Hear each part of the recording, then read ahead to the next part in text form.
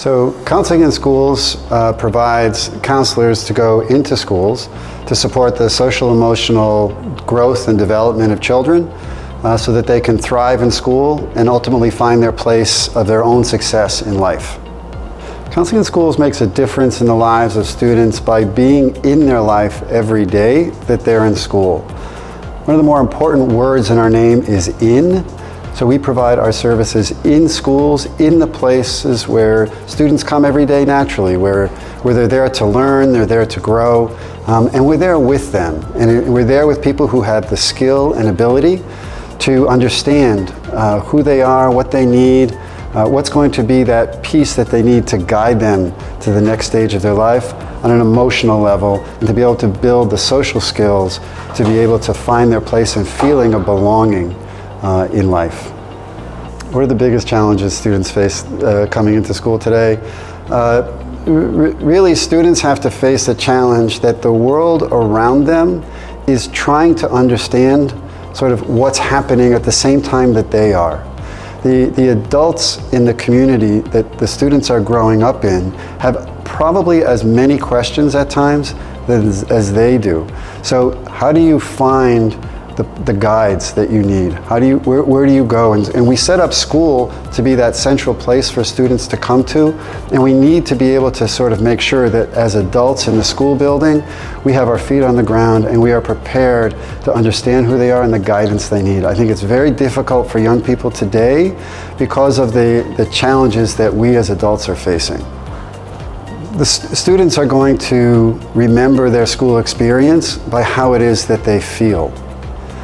And the feeling that you have in school has a lot to do with what it is that you prepared for when you come into school during the day. So how do we connect to help people have that emotional readiness, that emotional openness to be able to receive and understand the experiences that they're having?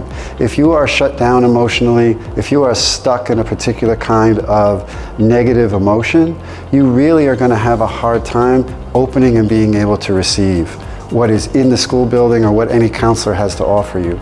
So how we can connect and help students grow emotionally is going to have a significant impact on how they experience and feel their way through their educational life.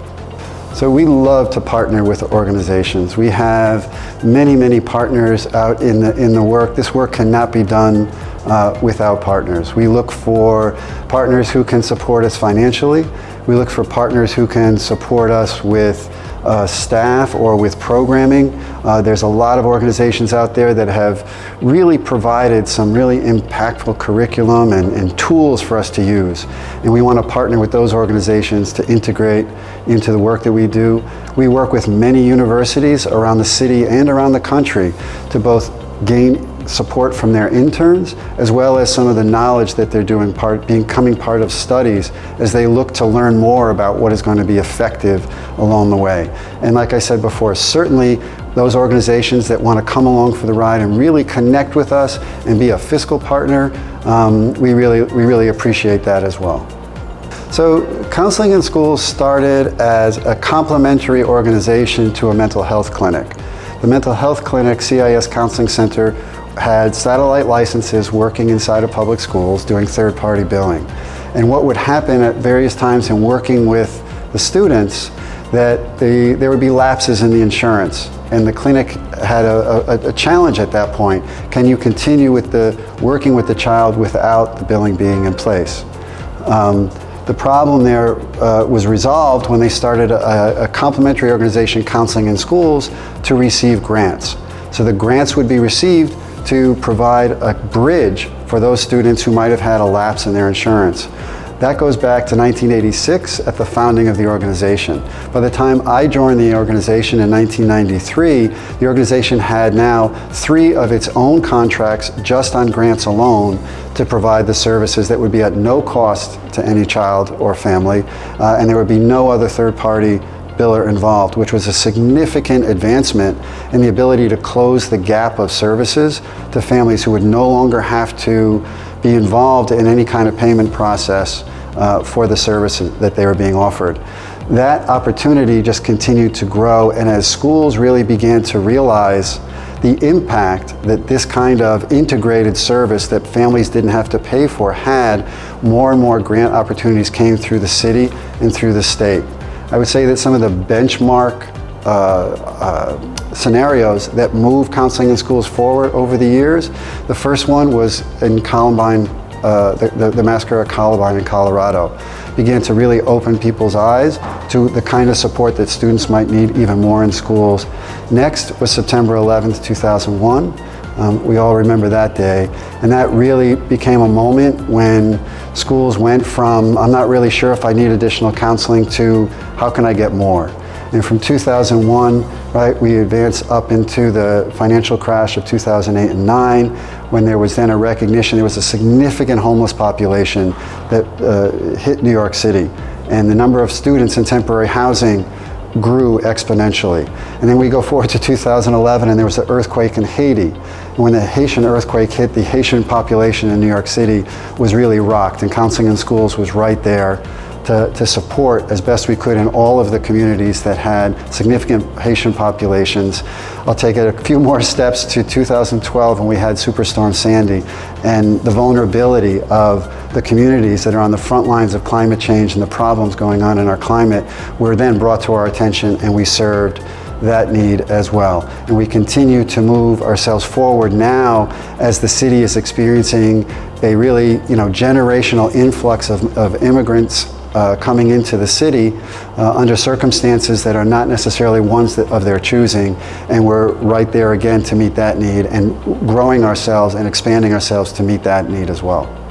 The people who work here, there's nothing more motivational to me than to see the passion, the commitment, the dedication, the hard work that goes in to going out into schools, in communities that are struggling, into school buildings that are not the most comfortable, into circumstances and situations that people are facing that most people would rather not have to think about. But our counselors are in there every single day, making those relationships, being present in the lives of students and families, and really making a difference. And when I see that, it makes my job as executive director that much more easy to get to and understand what it is that I'm doing here and what's the impact that I want to have. Why is counseling in schools more important today?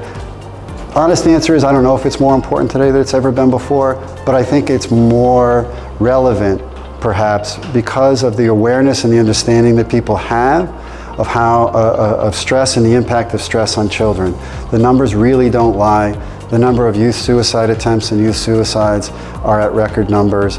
The number of young people experiencing anxiety and panic and looking for that support is at historic numbers. And the number of adults who are also being willing to say that, hey, I'm struggling. I'm struggling with my own mental health, with my own sense of well-being every day in the world. And they're saying that, and yet people are still going to work and they're still going to the places that they need to go. Again, that's why counseling in schools, we are going to go into the places. We go into schools. I should mention that we also go into transitional housing facilities.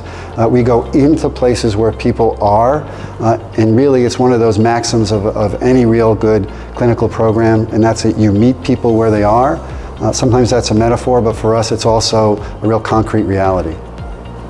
Counseling in Schools, nonprofit organization founded in 1986. We've been serving New York City public schools since that time.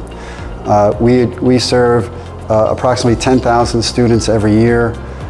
This prior school year, we were supporting about 500 of school staff in professional training sessions, and we served about 700 families living in transitional housing shelters to help orient them to the city and orient them to the city school system and help create some support networks within those facilities.